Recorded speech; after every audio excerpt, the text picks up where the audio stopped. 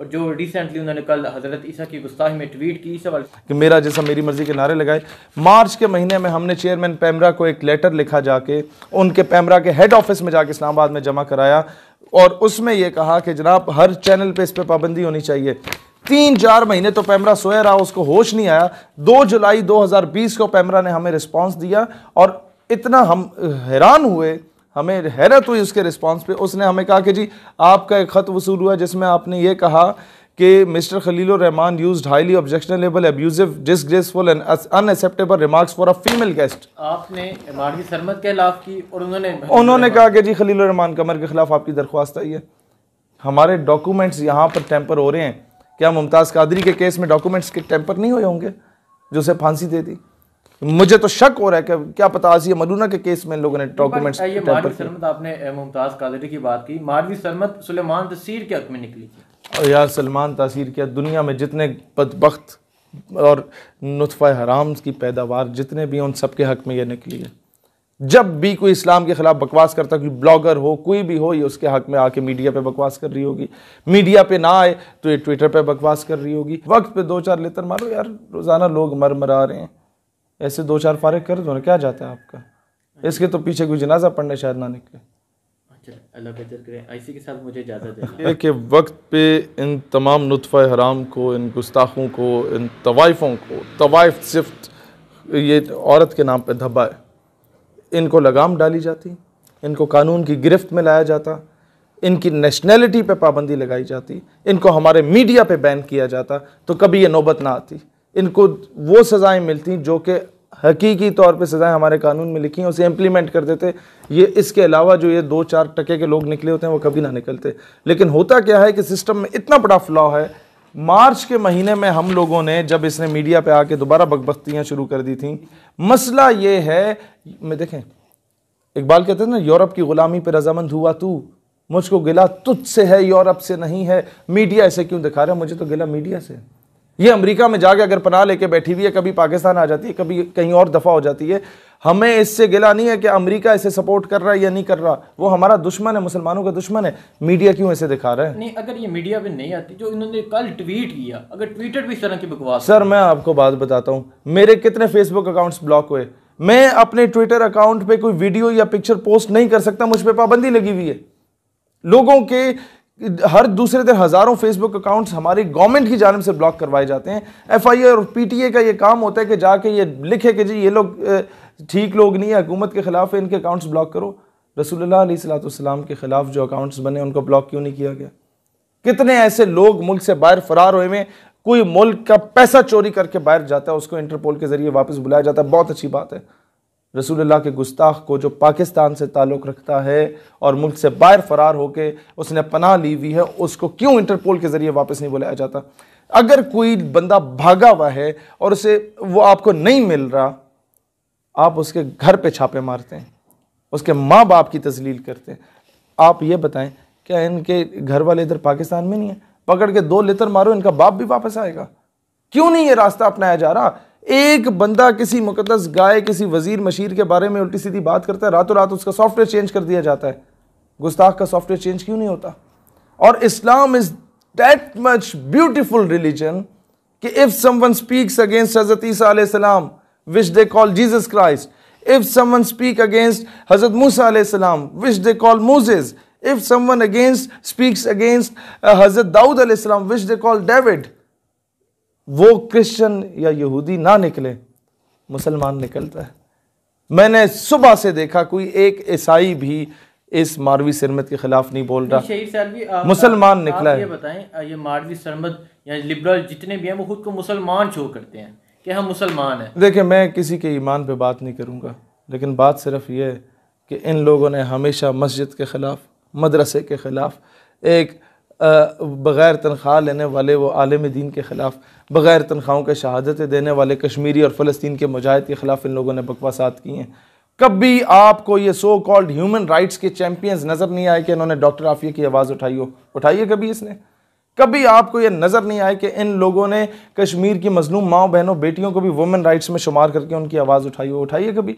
कभी इन लोगों ने अमेरिका ने जो जुल्म किया, जो इराक पे जुल्म हुआ, मुसलमानों को बरहना करके बहन भाइयों को एक दूसरे के सामने सिट स्टैंड्स करवाए गए, उनकी वो सीडीज़ और उनकी जो कैसेट प्लेयर्स थे वो रिकॉर्डिंग करा के पूरे बरसगीर में मुसलमानों को भेजे गए, मुख्तलिफ तरीके से उनके घरों तक पहुँचाए गए निशान इबरत हासिल करने के लिए। 2002 से 4 की बात है। क्या ये लोग बोले? जो बोस्निया में मुसलमानों के साथ हुआ, हज़ारों मुसलमानों को एक सफ में खड़े होकर उनके माओ बहनों बेटियों के सामने छलनी कर दिया गया, और उसके बाद ये सर्बियन आर्मी जो सिविल आर्मी थी ये यूगोस्लाविया की, उनके ऊपर चढ़ दौड़े मासूम औरतों के ऊपर, और उधर ये लिखा जाता था, लाइसेंस दिए जाते थे सिविलियंस को कि जनाब जिस तरह यहाँ दिया जाता है ना कि ये लाइसेंस मिला है, 10 से ज़्यादा परिंदे नहीं मार सकते, वहाँ लिखा था 20 से ज़्यादा मुसलमान नहीं मार सकते। यानी कि ये मजाक बना दिया था मुसलमानों का कत्लेआम को।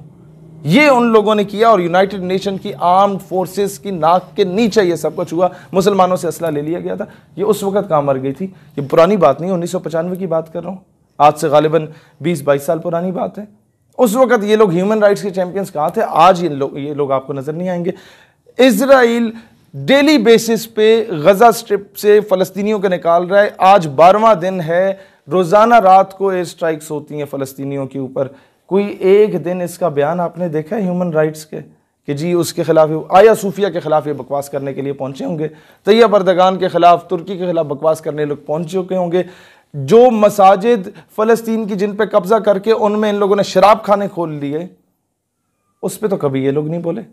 ये कैसे ह्यूमन राइट एक्टिविस्ट हैं कि जब इन्हें अपना जिस्म बेचना होता है तब इन्हें याद आ जाता है मेरा जिस्म मेरी मर्जी।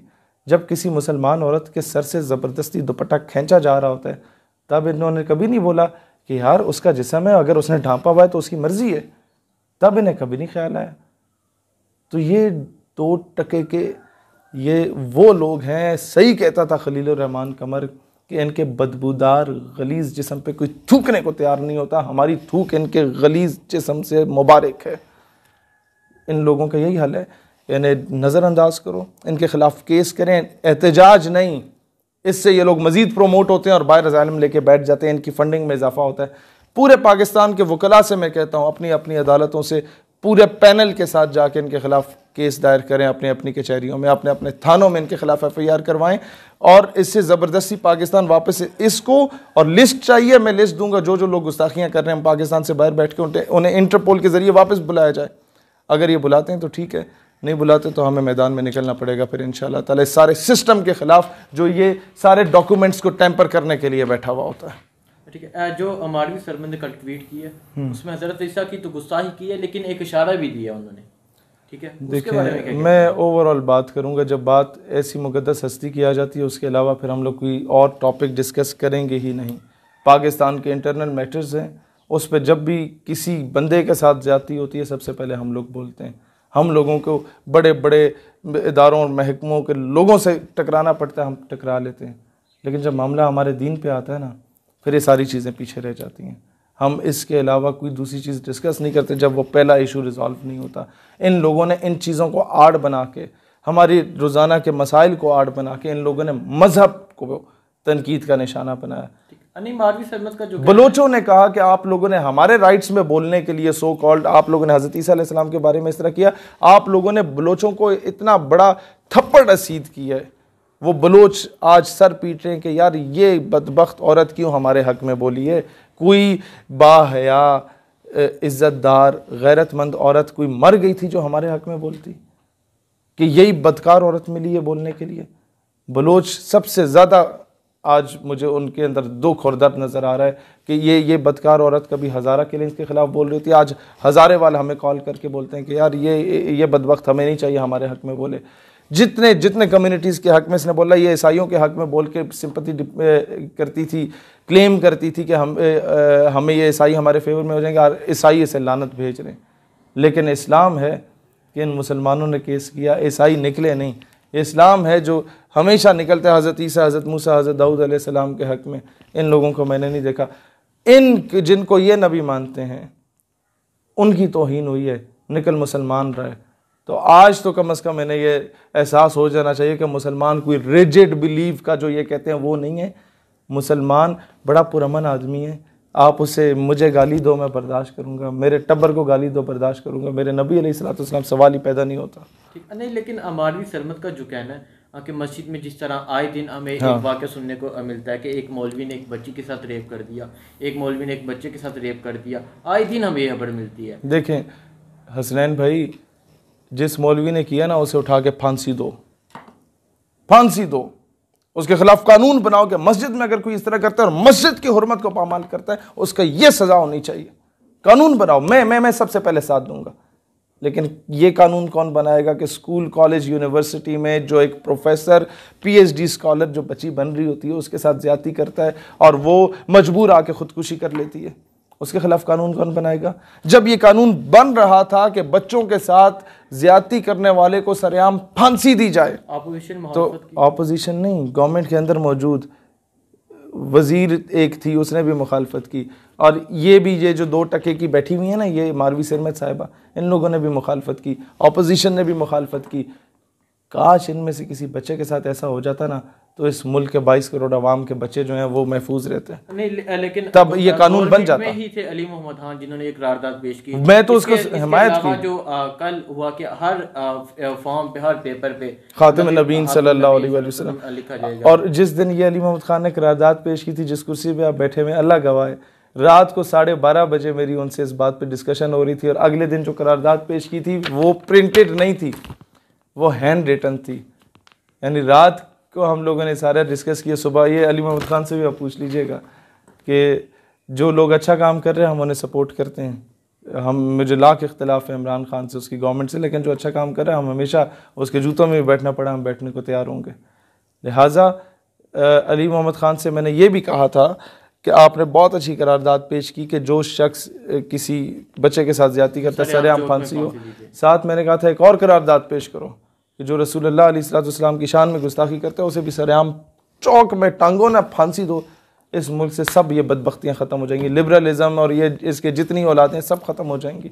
आपको कैपिटल पनिशमेंट्स देनी पड़ेगी। लेकिन देखें जब ये निकलते हैं इनकी बहुत सपोर्ट होती है, ये कहाँ से इतनी सपोर्ट नहीं है सर। मैं आपको जब रिसेंटली इन्होंने मेरा जिस्म मेरी मर्जी का नारा लेके निकले थे तो ये कोई थोड़ी सी तादाद नहीं थी, ये बहुत तादाद थी। मैं आपको बताता हूँ, जब हम लोग निकलते हैं ना किसी अच्छी कॉज के लिए, हमारे ऑडिटोरियम्स कैंसिल हो जाते हैं। हमने जब कहा कि जी मुमताज़ कादरी को हम लोग तमगा जुर्रत व बहादुरी देंगे आवाम की जानिब से, इन लोगों ने ऑडिटोरियम ब्लॉक कर दिए, पहले ही रोक देते हैं। इन लोगों के लिए तो राह हमवार की जाती है, इनको तो सिक्योरिटी प्रोवाइड की जाती है, इनको तो पूरी मीडिया कवरेज दी जाती है, दुनिया का हर किस्म का मीडिया वहाँ पहुँचा होता है। क्यों निकलने देते हो? जो मुल्क आपके पाकिस्तान की इस्लामिक आइडियोलॉजी के खिलाफ बकवास करते हैं उनको प्रोटेक्शन क्यों दे रहे हो? उनको उठाओ, 2-2 लगाओ, सॉफ्टवेयर चेंज करो।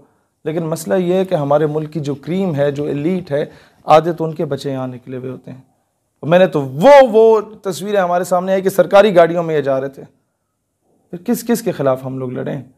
क्या क्या चीज़ें हम लोग करें? कई जगहों पर फिर हमें खामोश रहना पड़ता है अपने मुल्क की खातिर। इसका हल क्या है, ये बता दें। बहुत सिंपल सी बात है, जो लोग डायरेक्टली इनडायरेक्टली आपके इदारों, महकमों, गवर्नमेंट में या अपोजिशन में बैठ के इन्हें सपोर्ट कर रहे हैं, नाअहल करार दें, नौकरियों से निकालें। एक बंदा जब गलत किताबें, गुस्ताखाना मवाद जिस पे लिखा हो, कायदे आज़म अल्लामा इकबाल के बारे में गलत चीज़ें जिस किताबों में लिखी हों, उन किताबों को ख़त्म कर देता है, उस राय मंजूर नासिर को तो आप निकाल लेते हैं, जो हक की आवाज़ बुलंद करता है उसे आप रोक देते हैं। आप मुल्क के खिलाफ साजिश करने वालों को क्यों नहीं रोकते?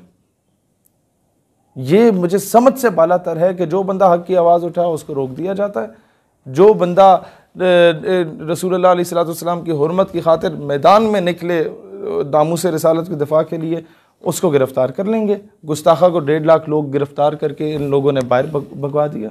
अब उसने पूरी बुक लिख ली है, उसको मेडल्स दिए जा रहे हैं। किस बेस पे दिए जा रहे हैं? कि उसने गुस्ताखी की है। और कौन सा इसने कारनामा सर अंजाम दिया जो बाहर जाके मेडल्स मिल रहे हैं?